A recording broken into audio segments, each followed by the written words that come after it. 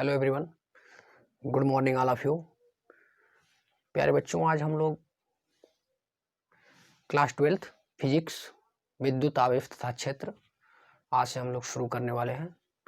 और ये मेरा जो लेक्चर होगा ये हिंदी माध्यम वाले बच्चों के लिए मील का पत्थर साबित होगा।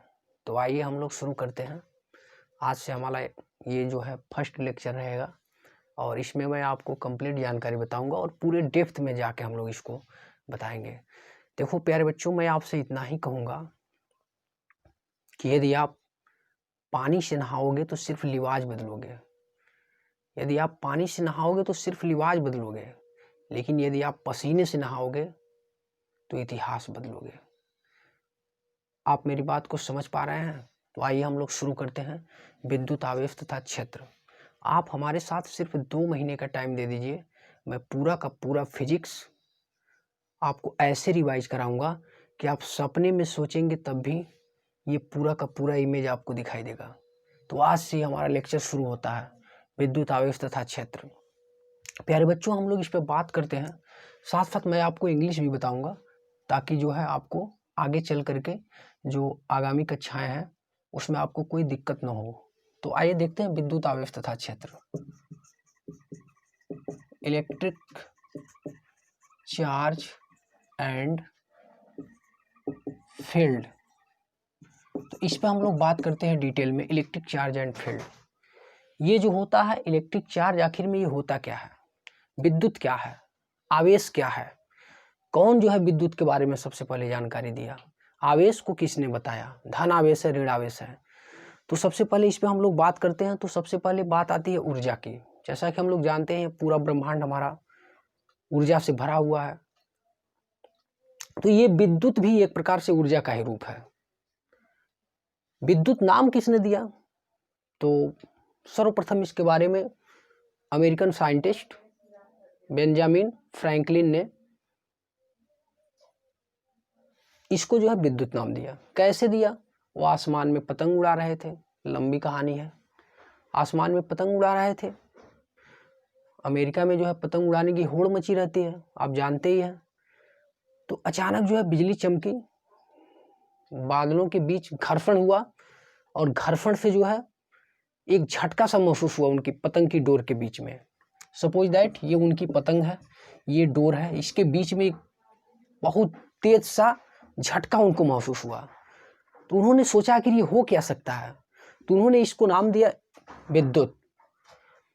फिर आगे इसी पर जो है डिस्कवर हुआ कि ये कहाँ से आया, कैसे उत्पन्न हुआ। तो इसको लेकर के काफी वैज्ञानिकों में होड़ मची रही और उन्होंने तो इसको बता दिया कि ये सर्वप्रथम जो है इसको विद्युत नाम जो है बेंजामिन फ्रैंकलिन का ही दिया हुआ है। लेकिन आगे इस पे डिस्कवर हुआ कि ये विद्युत उत्पन्न कैसे हुआ। तो बेंजामिन फ्रैंकलिन ने बताया कि बादलों के बीच जब घर्षण हुआ है तो वहां से यह उत्पन्न हुआ है। तो घर्षण को लेकर के विद्वानों ने डिस्कवर चालू कर दिया, घर्षण से रिलेटेड। तो उन्होंने देखा कि जब कांच की छड़ पर, इवेंट नंबर 1 मैं आपको बता रहा हूं, घटना जो 1 थी वो क्या थी आप समझिए डिटेल में। ये है आपका कांच का छड़, ये है ग्लास। तो कांच की छड़ को जब फलालीन और बिल्ली की खाल से रगड़ा गया और उसके पास जो है एक दूसरा कांच ला करके रख दिया गया, मैं बता दूं आपको, फलालेन और बिल्ली की खाल, इससे जब रगड़ा गया कांच को और इसको जो है स्टैंड के माध्यम से एक रस्सी की सहायता से इसको लटका दिया गया और इसके पास जो है दूसरा कांच का छड़ जब लाया गया तो इन दोनों के मध्य जो है प्रतिकर्षण हुआ, रिपल्सन आप बोल सकते हैं, प्रतिकर्षण। पुनः दूसरी घटना में पाया गया कि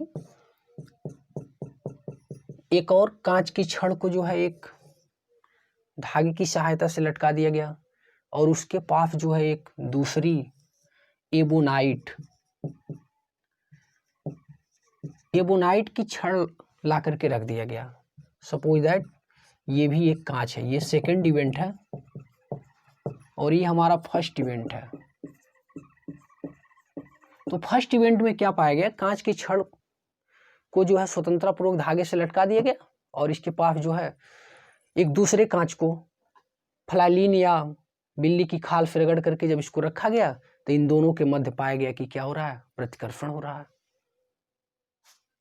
फिर वैज्ञानिकों ने सोचा कि आखिर ये कैसे संभव हो गया, दोनों के बीच प्रतिकर्षण हो गया। तो फिर उन्होंने एक दूसरी घटना खोज निकाली, कांच की छड़ के पास एक एबोनाइट की छड़ ला करके रख दिया, तो इसके पास उन्होंने देखा एट्रैक्शन हो रहा है। I means that attraction means आकर्षण। तो इस प्रकार से उन्होंने कांच की छड़ को क्या बोल दिया, ये धनावेशित है, इस पे प्लस भी चार्ज है। और एबोनाइट की छड़ पे उन्होंने क्या बोल दिया कि जो है माइनस भी चार्ज है। अर्थात कांच की छड़ को धनावेशित बना दिया और एबोनाइट की छड़ को ऋणावेशित बना दिया।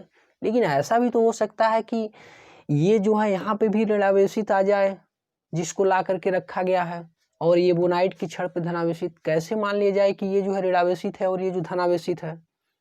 इन्होंने तो कॉन्सेप्ट दे दिया, लेकिन आगे चल करके हाँ यहाँ से एक ये भी निष्कर्ष निकला कि समान प्रकार के पदार्थों में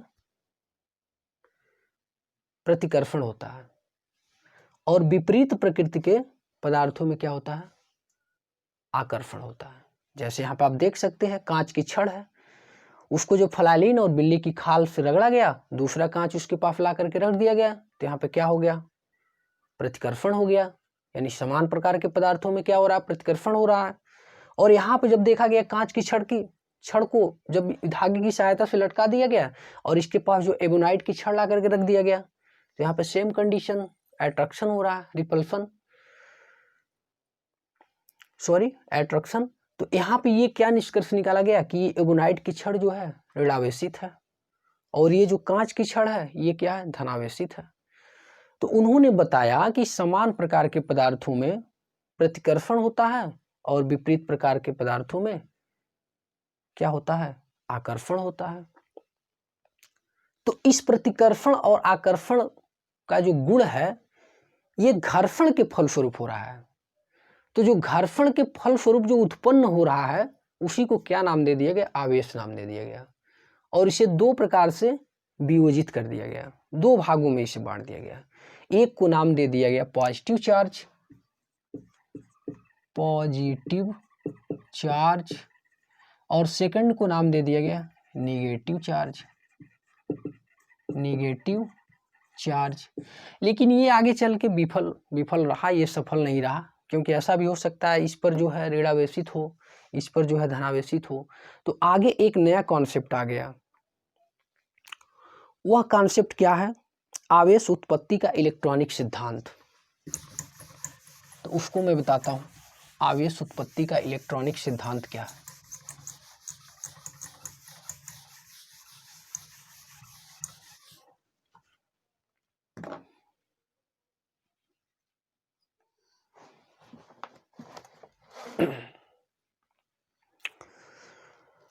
तो आइए देखते हैं आवेश उत्पत्ति का इलेक्ट्रॉनिक सिद्धांत।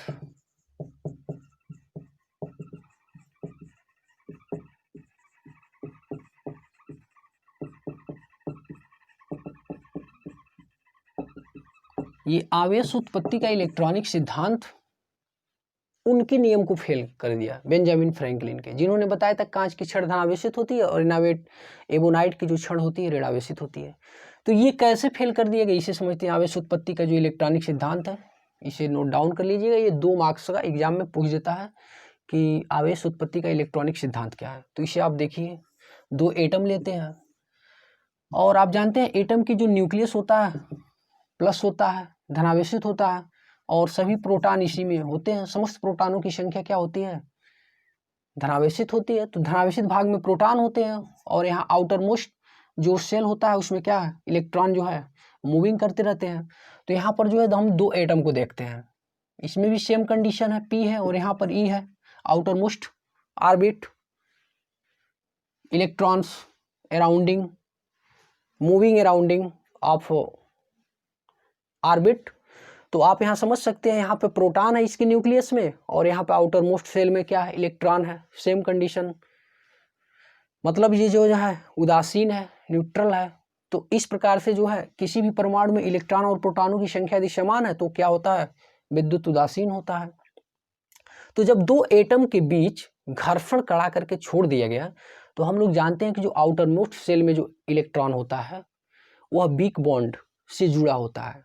तो जब कमजोर बंध के द्वारा ये बंधा होता है इसके नाभिक से, तो जब इसमें घर्षण कराया गया तो क्या पाया गया कि ये इलेक्ट्रॉन जो है बाहर से अत्यधिक ऊर्जा पा करके और इसमें जो है ट्रांसफर हो जा रहा है। तो इस प्रकार से ये परमाणु को क्या बोल दिया गया कि ये परमाणु जो है किस प्रकार से बिहेव कर रहा है, प्लस धनावेशित, और ये जिसमें इलेक्ट्रॉन गया है ये किस तरह से बिहेव कर रहा है, माइनस भी चार्ज। तो इस तरीके से बोला गया कि इनके बीच जो है घर्षण कराने से बाह्य ऊर्जा प्राप्त होता है और इलेक्ट्रॉनों के मध्य जो है उत्तेजित अवस्था में आ जाते हैं। इलेक्ट्रॉन आपस में उत्तेजित अवस्था में आकर के जब घर्षण कराया जाता है तो एक परमाणु से दूसरे परमाणु में इलेक्ट्रॉन चला जाता है। हम लोग ये भी जानते हैं कि इसके नाभिक में प्रोटॉनों की संख्या होती है और इनके बाहरी कक्षा में इलेक्ट्रॉन चक्कर लगाता रहता है, जो कि आउटर मोस्ट कक्षा में जो इलेक्ट्रॉन होता है वो नाभिक से कमजोर बंध से बंधा होता है। तो इस प्रकार से जो है इसको समझाया गया कि एक्चुअल में जितने भी एटम होते हैं उन सभी में इलेक्ट्रॉन रहता है, लेकिन इलेक्ट्रॉन का स्थानांतरण होता है एक जगह से दूसरे जगह पर। कोई भी एटम इलेक्ट्रॉन उत्पन्न नहीं कर सकता है। अभी मैं आगे आपको पढ़ाने वाला हूँ इलेक्ट्रॉन का ऊर्जा संरक्षण का नियम। तो ये है कॉन्सेप्ट आवेश उत्पत्ति का इलेक्ट्रॉनिक सिद्धांत। जब दो परमाणु को आपस में घर्षण कराया गया तो उनके आउटर मोस्ट सेल से जो इलेक्ट्रॉन थे वह वीक बॉन्ड के द्वारा बंधे होते हैं न्यूक्लियस से, तो उनका जो है ट्रांसफॉर्मेशन हो गया अदर एटम में।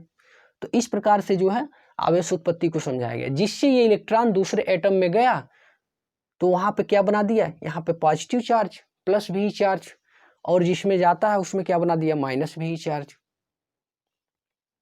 तो ये है आवेश उत्पत्ति का इलेक्ट्रॉनिक सिद्धांत। इसके बाद हम लोग समझते हैं आवेश का क्वांटमीकरण, क्वांटाइजेशन ऑफ चार्ज।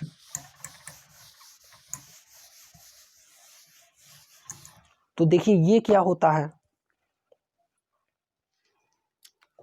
आवेश का क्वांटमीकरण।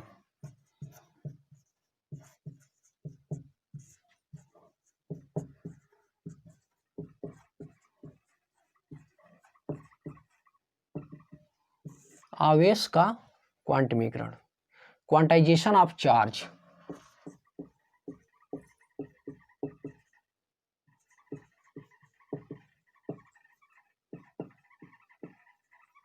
क्वांटाइजेशन ऑफ चार्ज, आवेश का क्वांटमीकरण। तो देखिए जो आवेश का जो क्वांटमीकरण होता है हम लोग जानते हैं क्या होता है, Q बराबर NE होता है। Q बराबर NE यानी किसी परमाणु में या किसी पदार्थ में जो कुल आवेश की मात्रा होती है वो नंबर ऑफ इलेक्ट्रॉन और एक इलेक्ट्रॉन पर उपस्थित चार्ज के बराबर होती है, Q बराबर NE के हिसाब से। Q क्या है, किसी पदार्थ पर कुल आवेश होता है। Q जो है टोटल चार्ज ऑफ एटम, पदार्थ पर उपस्थित कुल आवेश, पदार्थ पर कुल आवेश। E जो होता है इसका आवेश होता है, E मीन्स होता है एक इलेक्ट्रॉन, एक इलेक्ट्रॉन पर आवेश आपको पता होगा कितना होता है, 1.67 इंटू 10⁻⁻19 कूलाम होता है। और यन जो होता है, यन को यहाँ पे बताया गया, यन जो है एक पूर्णांक के रूप में रहता है। यन जो होता है वो पूर्णांक की तरह होता है। पूर्णांक आपको पता है +-1 +-2 +-3 S1 ... तो इस हिसाब से बोला गया कि किसी पदार्थ पर आवेश की जो कुल मात्रा होती है उस पदार्थ पर उपस्थित एक इलेक्ट्रॉन के आवेश का पूर्ण गुणज होती है। यानी किसी पदार्थ पर जो आवेश की जो कुल मात्रा होती है, total number of charge in any atom equal to number of total electron and 1 electron charge multiple. तो Q इक्वल टू यानी के अकॉर्डिंग हम लोग समझ सकते हैं कि किसी भी परमाणु पर जो उपस्थित इलेक्ट्रॉन की जो कुल मात्रा होती है, उस परमाणु में उपस्थित एक इलेक्ट्रॉन पे चार्ज, मतलब एक इलेक्ट्रॉन के आवेश का क्या होता है, पूर्ण गुणज होता है। और ये जो है पूर्ण गुणज के रूप में ही होना चाहिए, पूर्णांक के रूप में हमेशा होना चाहिए, न कि ये फ्रैक्शन के रूप में होना चाहिए। तो हमेशा जो Q का मान होता है वो +-1 हो सकता है, +-2, +-3, +-4, +-5 एज सो ऑन, इस हिसाब से हो सकता है नंबर ऑफ चार्ज, न कि ये फ्रैक्शन में हो सकता है। कभी भी चार्ज जो है फ्रैक्शन में नहीं होता है, इंटीजर के फॉर्म में होगा, +-1, +-2, +-3 एज सो ऑन। लेकिन बाद में अभी रिसेंटली हाल ही में एक डिस्कवर हुआ है और कुछ विद्वानों ने ऐसा खोजा है कि इलेक्ट्रॉन जो है भिन्नात्मक रूप में भी पाया जाता है, जिसे हम लोग क्या करते हैं, क्वार्क कहते हैं। Examination point of most important fact, quark. ये क्वार्क क्या है, अभी इसका हाल ही में जस्ट रिसेंटली इसका डिस्कवर हुआ है। आवेश का क्वांटमीकरण ये कहता है कि आवेश जो है मतलब इंटीजर के फॉर्म में होता है, लेकिन ये क्वार्क क्या आ गया, ये क्वार्क अभी डिस्कवर हुआ है और इसमें बताया गया है कि जो क्वार्क होता है इसके हिसाब से जो है आवेश जो है फ्रैक्शन के भी रूप में हो सकता है। तो आवेश का किस प्रकार से हो सकता है, +-1/3 और E का मान हो सकता है +-2/3। ये जो +-1/3 होता है इसे अप क्वार्क कहा जाता है। ये क्या कहलाता है, अप क्वार्क। और ये जो +-2/3 ये बताता है ये डाउन क्वार्क, डाउन क्वार्क के बारे में। तो इसे भी आपको जो है याद रखना है कि कुछ खोज ऐसे भी हो चुके हैं जिनमें इलेक्ट्रॉनों का भिन्नात्मक रूप में पाया गया है और जिसे हम लोग क्या कहते हैं, क्वार्क कहते हैं। और E का मान क्या होता है, +-1/3E, यहाँ पे E रहेगा और यहाँ इक्वल टू +-2/3E। 1/3E को अप क्वार्क बोला गया और +-2/3 को डाउन क्वार्क बोला गया। तो इससे बेस्ट कुछ न्यूमेरिकल भी आपके बनते हैं। सपोज दैट किसी परमाणु पे जो आवेश की मात्रा है, मान लीजिए 1 कूलाम दे दिया और इलेक्ट्रॉन आपको पता है उसका जो चार्ज होता है 1.6 × 10⁻⁻19 कूलाम होता है। Total number of electron finding करने के लिए पूछ सकता है, तो आप यहाँ से वैल्यू जो है ट्रांसफॉर्मेशन करके हिसाब से बता सकते हैं। Number of electron equal to Q/E, Q का मान यहाँ पर रख दीजिए और E का मान रख दीजिए और इसे जो है आप सॉल्व कर लीजिए तो आपका जो है नंबर ऑफ इलेक्ट्रॉन मिल जाएगा। समथिंग 6.25 × 10⁻⁻18 इलेक्ट्रॉन लगभग इतना आना चाहिए। ये ऊपर जाएगा, यहाँ पे +18 होगा, तो 6.25 × 10⁻18 नंबर ऑफ इलेक्ट्रॉन। तो इस प्रकार से इससे हम जो है आगे हम लोग न्यूमेरिकल अभी करने वाले हैं। अभी तो मेरा बेस्ट क्लास है आपका, मैं इसके अभी डेप्थ में बात करता हूँ। तो ये है आवेश का क्वांटमीकरण।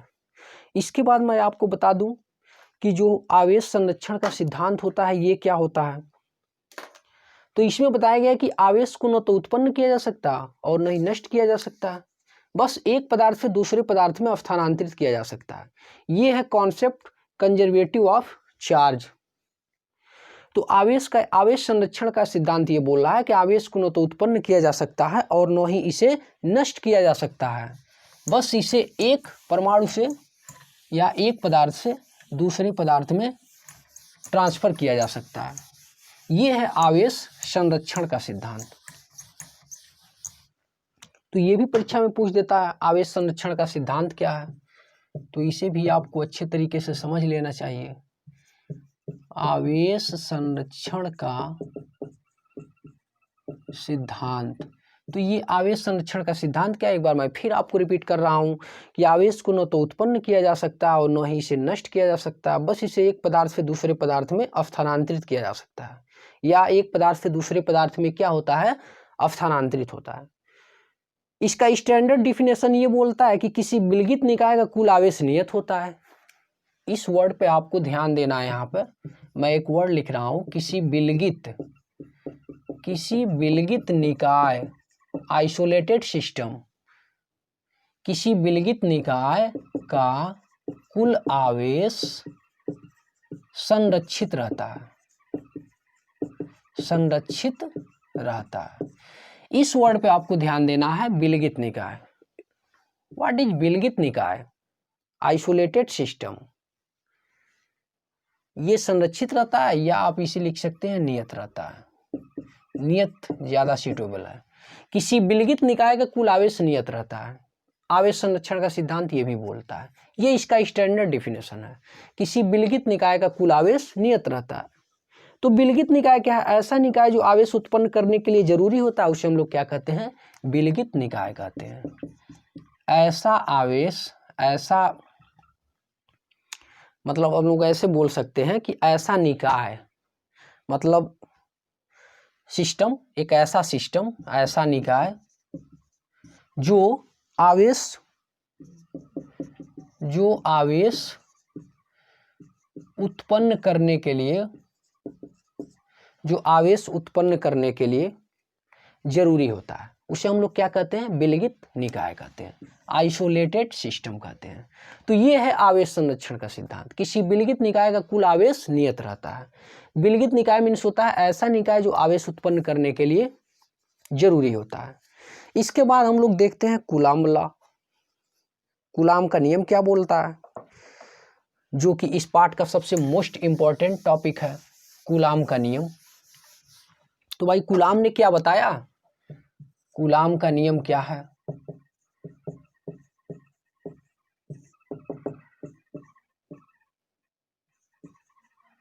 Coulombs law. ये कूलाम्ब का नियम क्या है? तो सपोज दैट यहाँ पॉइंट ए है, यहाँ पे क्यू चार्ज है, और इससे आर दूरी पर यहाँ पे पॉइंट बी है, और यहाँ पर भी एक आवेश है, यहाँ पे Q1 है और यहाँ पे क्या है? Q2 है। दोनों के बीच में या तो आकर्षण बल लगेगा या तो प्रतिकर्षण बल लगेगा। हम लोग पढ़ चुके हैं समान प्रकार के पदार्थों में क्या होता है? प्रतिकर्षण होता है, और विपरीत प्रकार के आवेशों में क्या होता है? आकर्षण होता है। तो यदि आवेश या समान प्रकृति के रहेंगे, दोनों प्लस प्लस रहेंगे, तो इनके बीच में क्या होगा? रिपल्सन होगा। एंड अगर ये दोनों जो है अनलाइक चार्ज है, तो इनके बीच क्या होगा? एट्रैक्शन होगा। अगर सेम लाइक चार्ज है, समान चार्ज है, तो इनके बीच में क्या होगा? रिपल्सन होगा, प्रतिकर्षण होगा। अगर अनलाइक चार्ज है, असमान चार्ज है, तो इनके बीच क्या होगा? आकर्षण होगा। तो हम लोग इसके हिसाब से बोल सकते हैं कि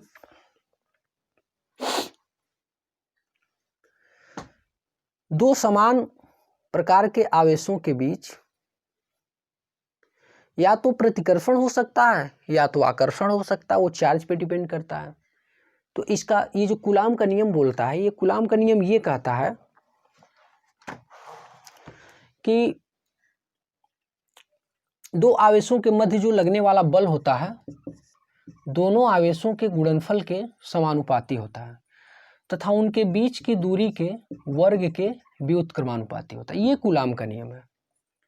अगर दो आवेश एक दूसरे से r दूरी पर हैं, सपोज दैट पॉइंट ए पर यहाँ पे Q1 चार्ज है एंड पॉइंट बी पर यहाँ पे क्या है? Q2 चार्ज है, और दोनों के बीच का जो डिस्टेंस है वो r है, और दोनों के बीच में जो लगने वाला फोर्स है वो कितना अप्लाइड हो रहा है? F।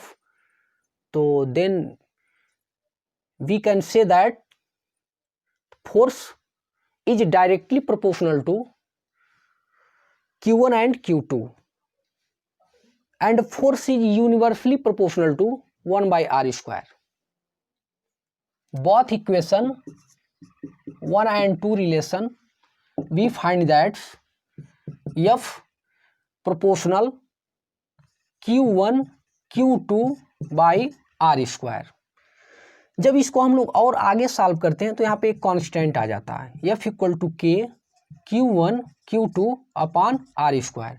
अगर हम लोग बात करते हैं सीजीएस में, सीजीएस पद्धति में, तो वहाँ पे हम लोग k बराबर 1 लेकर के इसको सॉल्व कर देते हैं। F बराबर हो जाता है Q1 Q2 upon r square. ये जो होता है डाइन में होता है, तो ये सीजीएस पद्धति में होता है। फिर हम लोग बात करते हैं एसआई यूनिट में, अंतरराष्ट्रीय सिस्टम प्रणाली में एसआई यूनिट्स के बारे में जब हम लोग बात करते हैं तो वहाँ पे के की जो वैल्यू ली जाती है 1/4 पाई एप्सिलॉन नॉट ली जाती है, और इसका जो मान होता है वो 9 गुणे 10⁹ के बराबर होता है। यहाँ पे मैं आपको ये बता दूं कि ये जो एप्सिलॉन 0 है, जिसे हम लोग एप्सिलॉन नॉट भी पढ़ते हैं, इसका मान होता है 8.85 गुणे 10⁻12 के। तो ये होता है कूलाम का नियम। तो एक बार फिर से देख लीजिए, दो आवेशों के मध्य लगने वाला आकर्षण या प्रतिकर्षण बल दोनों आवेशों के गुणनफल के अनुक्रमानुपाती तथा उनके बीच की दूरी के वर्ग के व्युत्क्रमानुपाती होता है। ये जो एप्सिलॉन 0 है ये निर्वात की विद्युतशीलता होती है, और के एसआई प्रणाली के लिए 1/4 पाई एप्सिलॉन नॉट होता है, और इसका जो मात्रक होता है वो न्यूटन में लिया जाता है। तो अगर इसका मान हम लोग इतना लिख दें तो हम लोग एसआई प्रणाली में इसका मान क्या लिख सकते हैं, F बराबर के, और या हम लोग इतना भी लिख सकते हैं F बराबर 1/4 pi epsilon naught Q1 Q2 by r square के हिसाब से इसका मान 9 गुणे 10⁹ और Q1 Q2 upon r square, और इसे हम लोग क्या कहेंगे, न्यूटन में कहेंगे। तो ये इसका एसआई प्रणाली में मात्रक होता है, और ये इसका जो है सीजीएस प्रणाली में इसका मात्रक होता है Q1 Q2 by r square dine में। तो ये है कूलाम का नियम। किन्हीं दो आवेशों के मध्य लगने वाला आकर्षण या प्रतिकर्षण का बल दोनों आवेशों के गुणनफल के अनुक्रमानुपाती तथा इनके बीच की दूरी के वर्गीय व्युत्क्रमानुपाती होता है। अगर ये दोनों आवेश जो है लाइक चार्ज हैं तो इनके बीच में रिपल्सन होगा, अगर ये दोनों आवेश जो है अनलाइक चार्ज हैं तो इनके बीच में क्या होगा, एट्रैक्शन होगा। Very simple. तो F बराबर के Q1 Q2 by r square, ये जो एप्सिलॉन 0 होती है निर्वात की विद्युतशीलता होती है, 1/4 पाई एप्सिलॉन नॉट की जो वैल्यू होती है 9 गुणे 10⁹ होती है। तो ये है कूलाम का नियम। ये 2 मार्क्स के लिए आपका फिक्स हो जाता है अगर इतना आप पढ़ लेते हैं तो कूलाम के नियम के कुछ शर्त भी हैं कि कूलाम का नियम एक्चुअल में जो है कहाँ पे फॉलो होता है, कहाँ पे ये फॉलो नहीं होता है। तो इसके लिए कुछ शर्त मैं आपको बता दूं कि कूलाम का नियम जो है हमेशा पॉइंट चार्ज के लिए सही होता है, बिंदु आवेश के लिए। तो पहला पॉइंट आप लिख लेंगे, जो कूलाम का आवेश होता है बिंदु आवेश के लिए ये सही होता है। और दूसरा जो होता है, इनके बीच की दूरी न तो बहुत अधिक होनी चाहिए और न ही बहुत कम होनी चाहिए। अर्थात कितनी होनी चाहिए तब, 10⁻−15 मीटर से कम पर ये लागू नहीं होता है। अर्थात जो कूलाम का नियम होता है 10⁻−15 मीटर से कम की दूरी पर ये लागू नहीं होता है। तीसरा जो सबसे बड़ा इसका फैक्ट है, ये वायु या निर्वात के लिए सही होता है, किसी माध्यम के लिए सही नहीं हो सकता है। ये अक्सर जो है इसको जो है सही, अगर सही रूप से इसे हमें देखना है तो इसके लिए जो है ज़्यादा सूटेबल क्या होगा, वायु या निर्वात।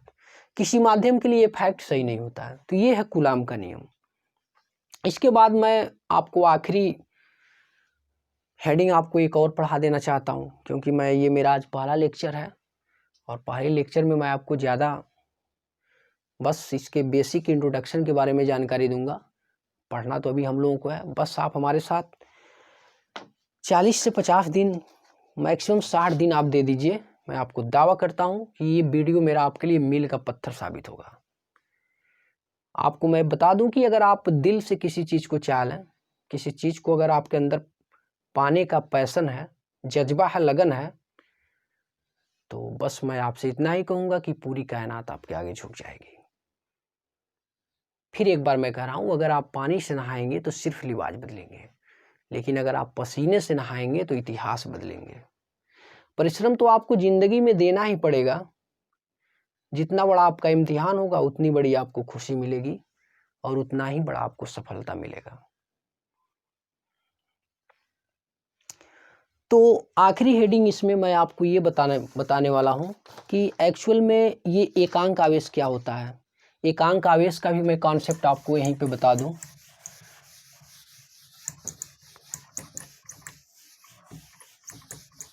आप इस वीडियो को 2 से 3 बार रिपीट करके देख लें, पूरा का पूरा आपके दिमाग में घूमने वाला है। एकांक आवेश क्या होता है, तो आप समझ लें एकांक आवेश को। ये भी जो है एग्जाम की दृष्टि से महत्वपूर्ण है ये टॉपिक, एकांक आवेश, यूनिट चार्ज। तो एकांक आवेश क्या होता है, वायु या निर्वात में 1 मीटर की दूरी पर दो समान या सजातीय आवेश एक दूसरे को यदि 9 × 10⁹ बल से प्रतिकर्षित करते हैं तो उसे हम लोग क्या कहते हैं, एकांक आवेश कहते हैं। समझ लीजिए, मान लीजिए वायु या निर्वात है, 2 लाइक चार्ज हैं Q1 Q2, यानी Q1 बराबर Q2 बराबर यदि Q है और F बराबर 9 × 10⁹ है, दोनों के मध्य लगने वाला जो फोर्स है और दोनों के बीच का जो डिस्टेंस है 1 मीटर है, तो जो इन दोनों के द्वारा जो लगने वाला जो बल होगा उसे हम लोग क्या कहेंगे, एकांक आवेश कहेंगे। तो एक बार फिर से इसे आप समझ लीजिए, वायु निर्वात में 1 मीटर की दूरी पर स्थित 2 समान या सजातीय आवेशों के मध्य यदि लगने वाला बल का मान 9 × 10⁹ है तथा उनके बीच की दूरी 1 मीटर है, तो उसे हम लोग क्या कहते हैं, एकांक आवेश कहते हैं। इसे हम लोग कैसे फाइंड करते हैं, तो we can say that F = होता है K और Q1 Q2 upon R², here R = 1, तो F = K की वैल्यू भी अगर क्या कर दें यहाँ पे, मतलब हम लोग इसे अगर बोल दें K का मान 1, तो उस हिसाब से हमारा क्या हो जाएगा,